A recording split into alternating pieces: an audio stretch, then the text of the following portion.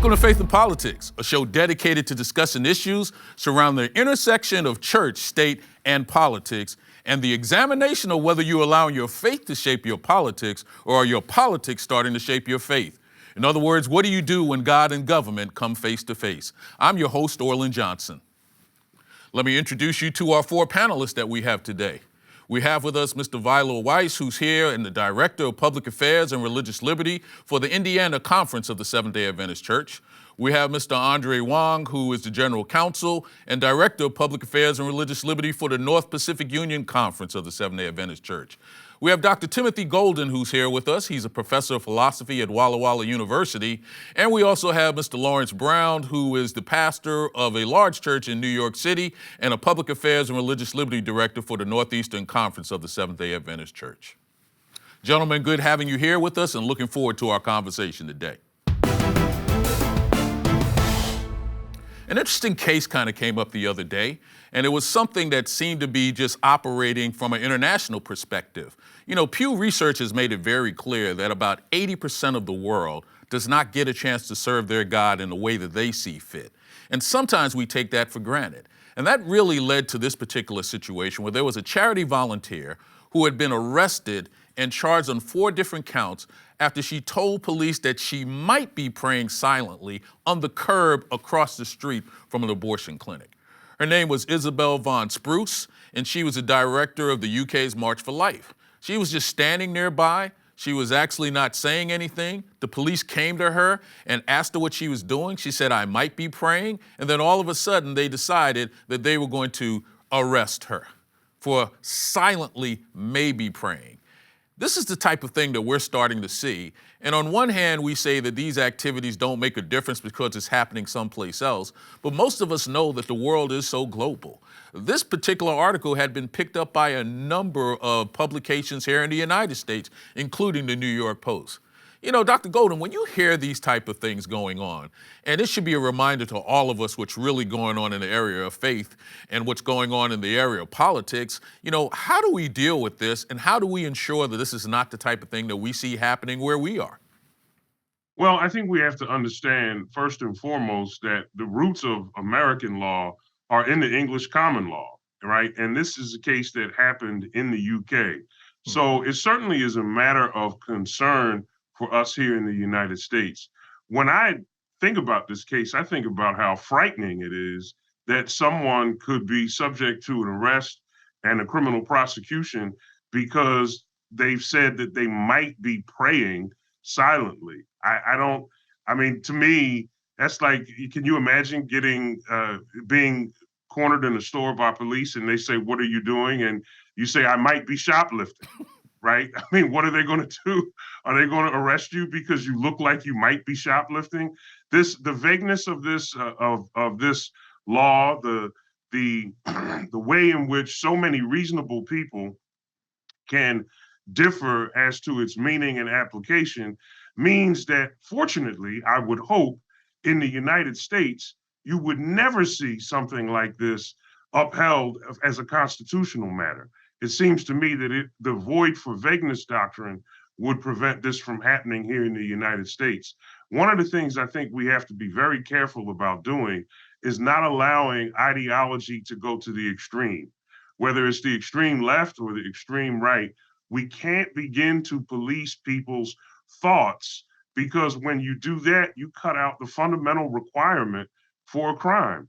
A crime doesn't just require a culpable mental state. A crime requires some sort of act, some sort of behavior. And it has to be a behavior and an act that's capable of being measured and capable of being seen.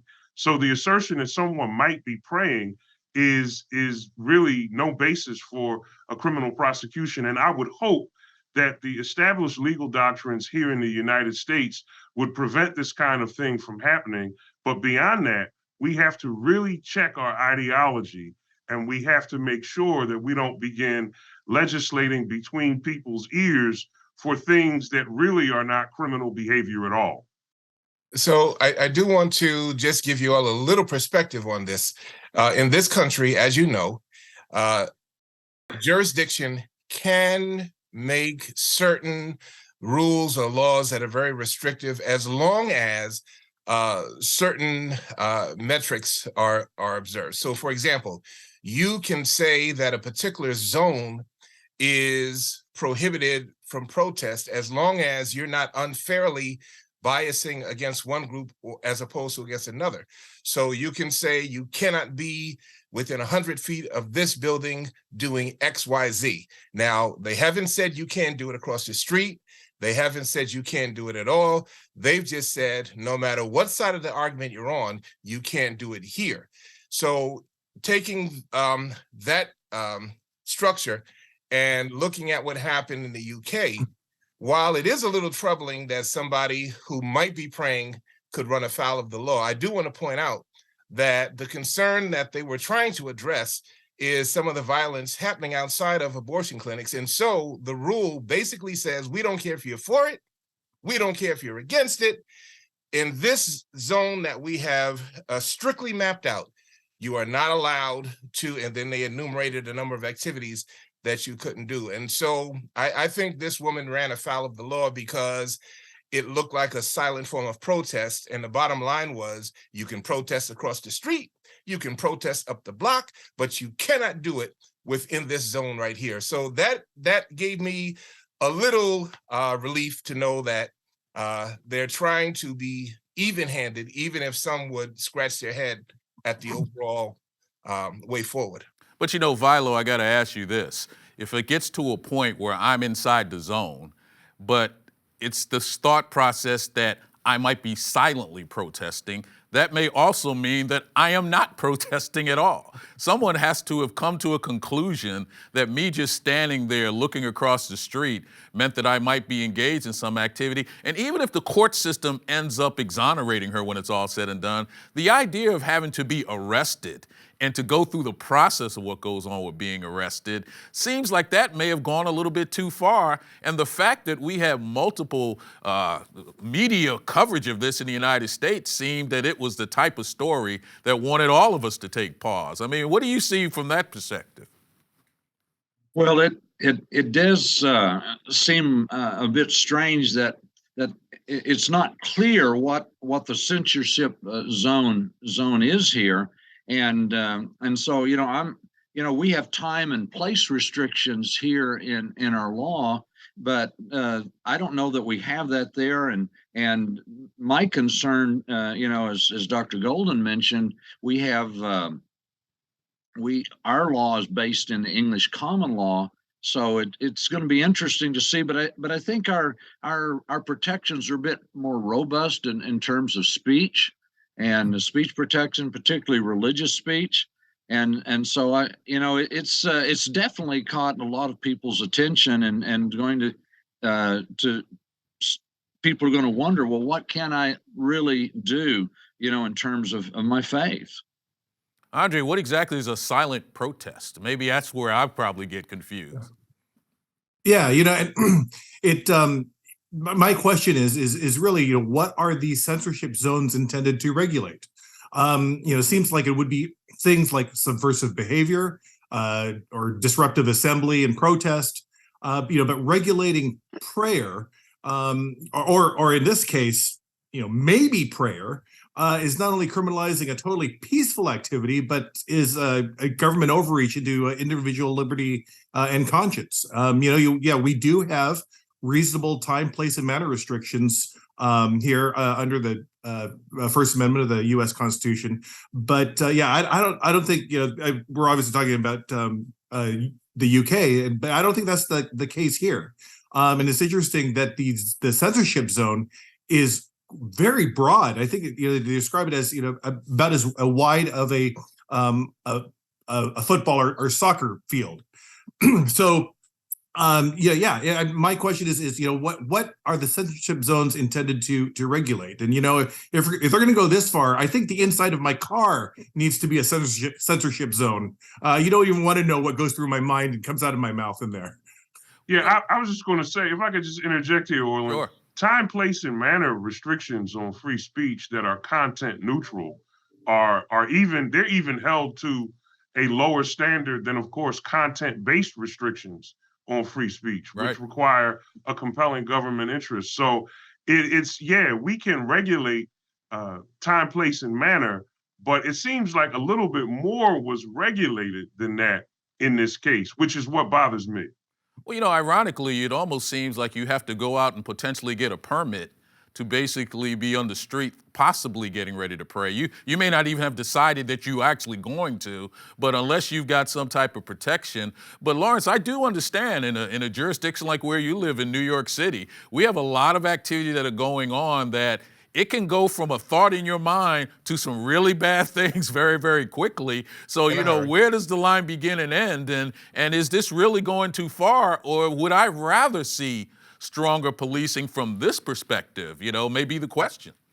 I get the impression, and if I'm wrong, I stand to be corrected. But I get the impression that in this situation, they were trying to err on the side of caution. Now, you can argue that maybe they went too far doing it, but as you pointed out, here in this country, protests can go from 0 to 60 in seconds, and that's largely because quite a few times when a peaceful protest is planned, interlopers have already decided that they're going to place agitators in the group to quote unquote kick it up a notch. So all of a sudden, what you thought was going to be a quiet, prayerful day, all of a sudden turns into something that makes the 11 o'clock news.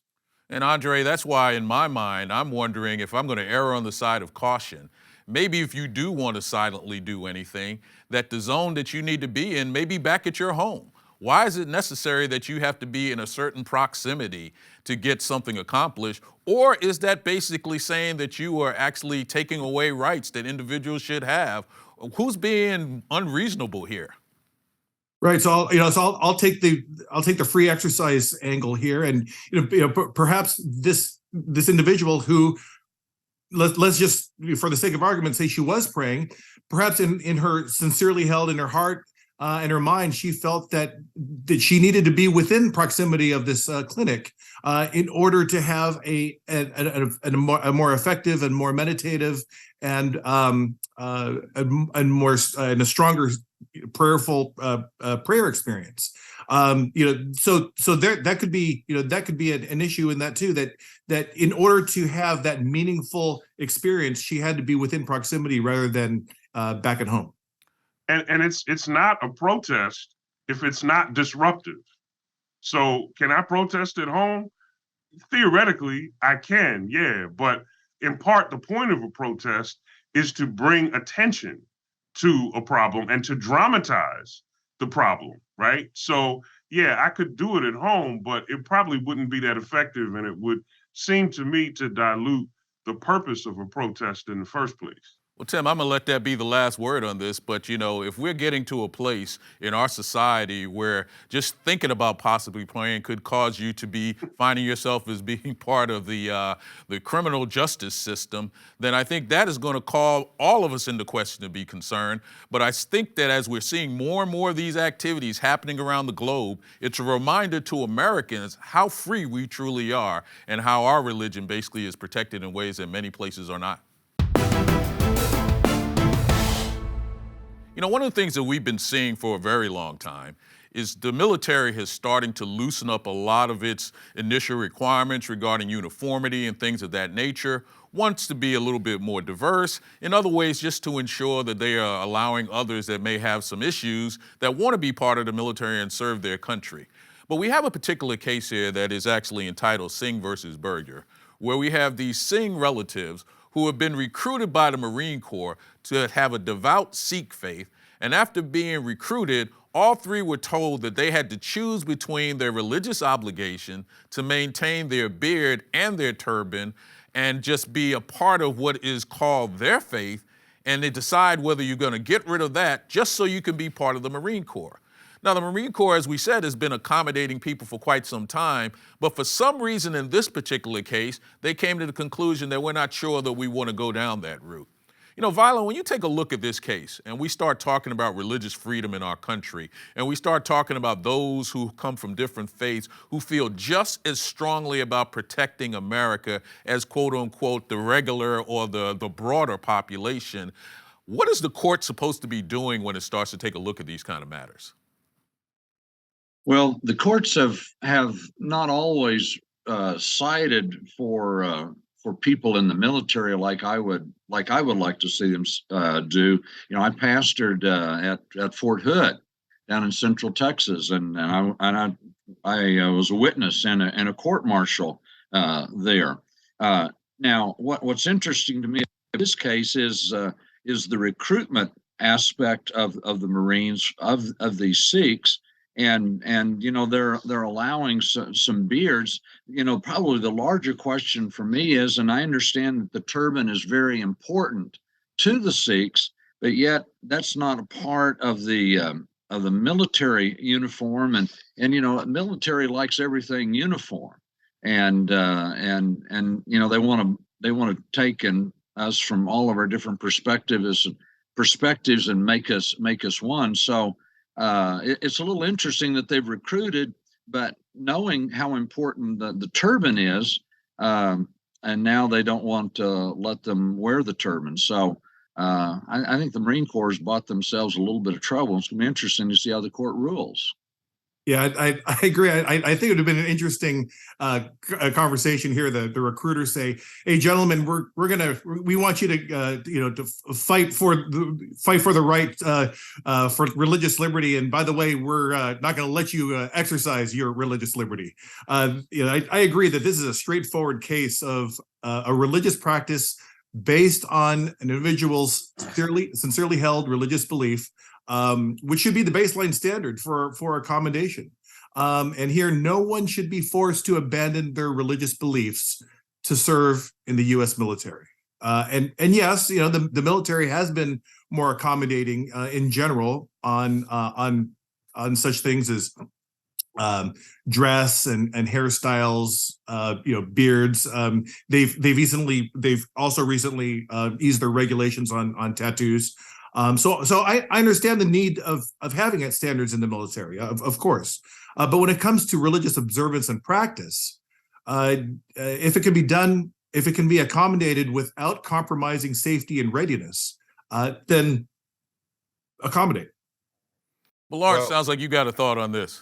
I do. You know, when I look at this case, my first thought was, here we go again. And what I mean by that is, we can never ever get complacent when it comes to addressing, advocating for, and just fighting with these issues. You would have thought that this was something settled quite a long time ago. So the fact that it could come up now in this capacity says to me, we never get to exhale.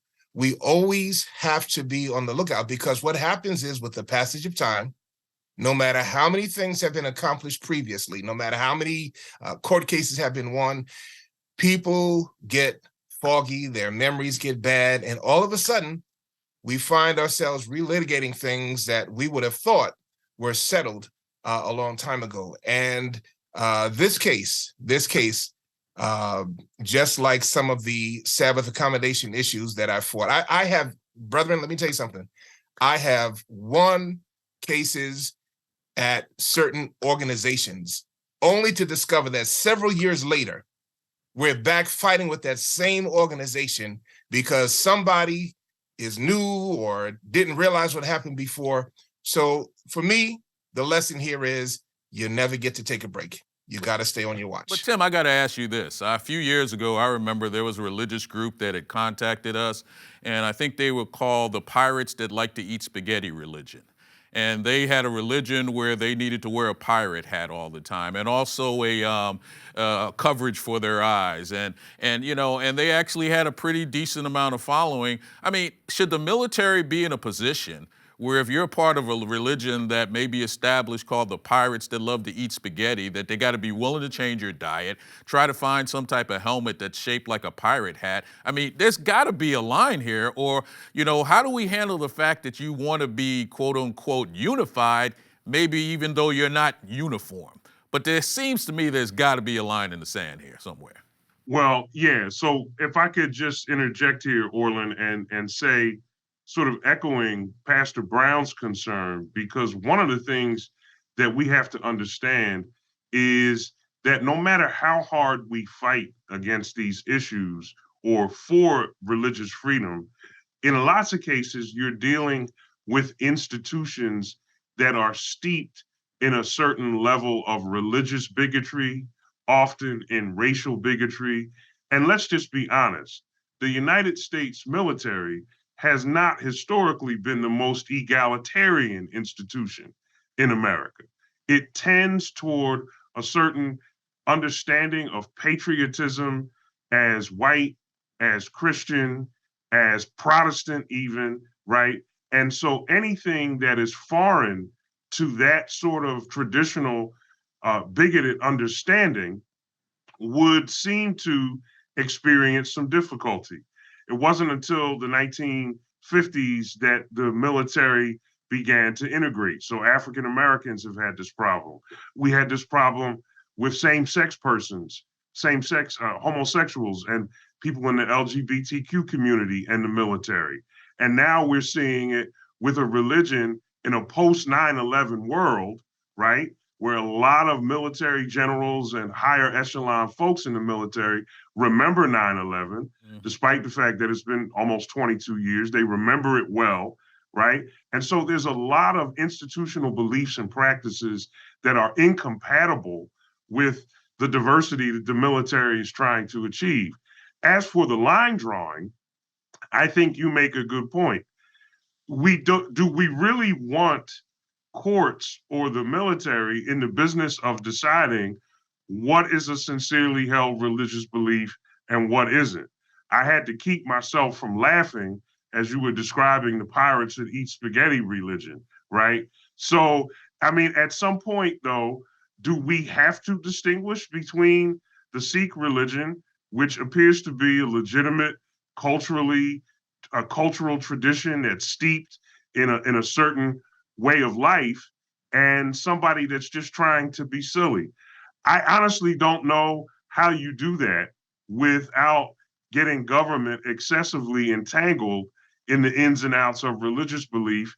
And I think that's one of the challenges of this kind of work and these kinds of issues. Well, Vilo, that's the real question here.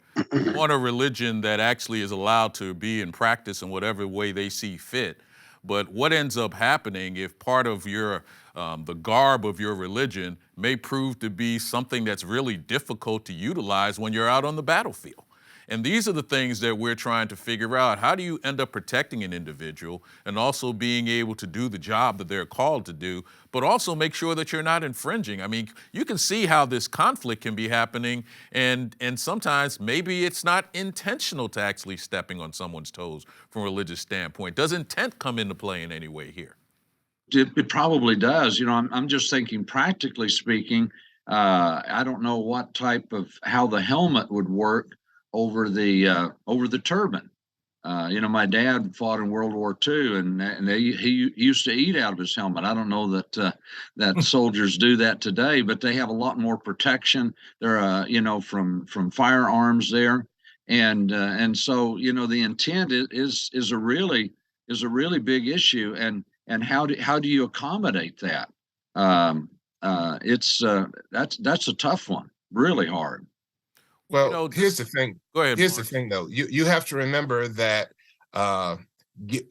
depending on the setting, there could well be a situation where, because something is so dangerous or so important, that you have to say, we will accommodate you, you will be allowed to serve, but these are some zones in which we cannot safely accommodate. And so it's best that you, yes, you can be a part of us, but you have to operate in these other areas, because here it's too dangerous to try and make that type of accommodation.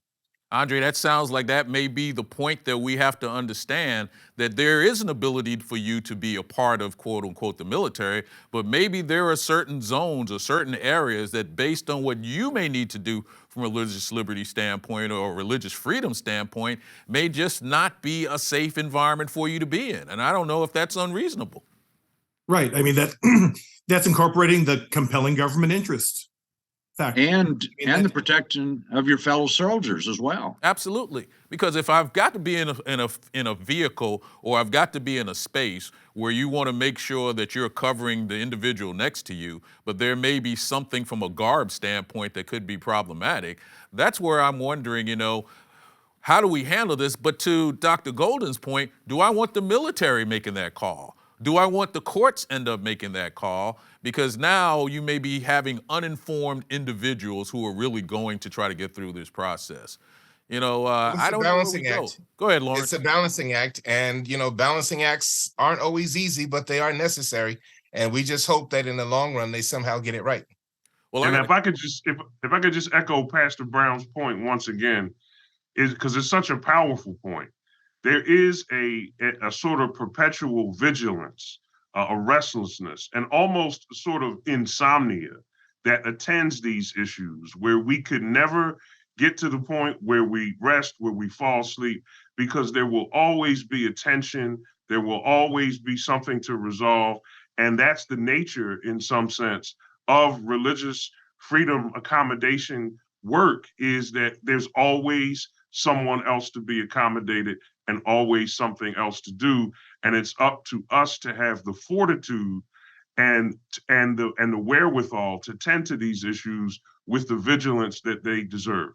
I'm gonna have to let that be the last word, but you're right. We've got to stay on top of this on a regular basis, or else our freedoms will just start to dissipate. Vilo, tell me something I don't know. Did you know that the British monarchy is the only one in Europe that is still crowned in a religious ceremony? Oh, wow. I did see that recently. Andre, tell me something I don't know. George Orwell, in his 1945 essay "You and the Atom Bomb," where he chronicles the happenings in Nagasaki and Hiroshima, was the first to coin the term Cold War. Didn't know that. Lawrence, tell me something I don't know. Adam Connors ran afoul of that same law in the UK that we were talking about earlier. He paused in front of a clinic to pray for his son who had died. By the way, the son died because he paid for the abortion.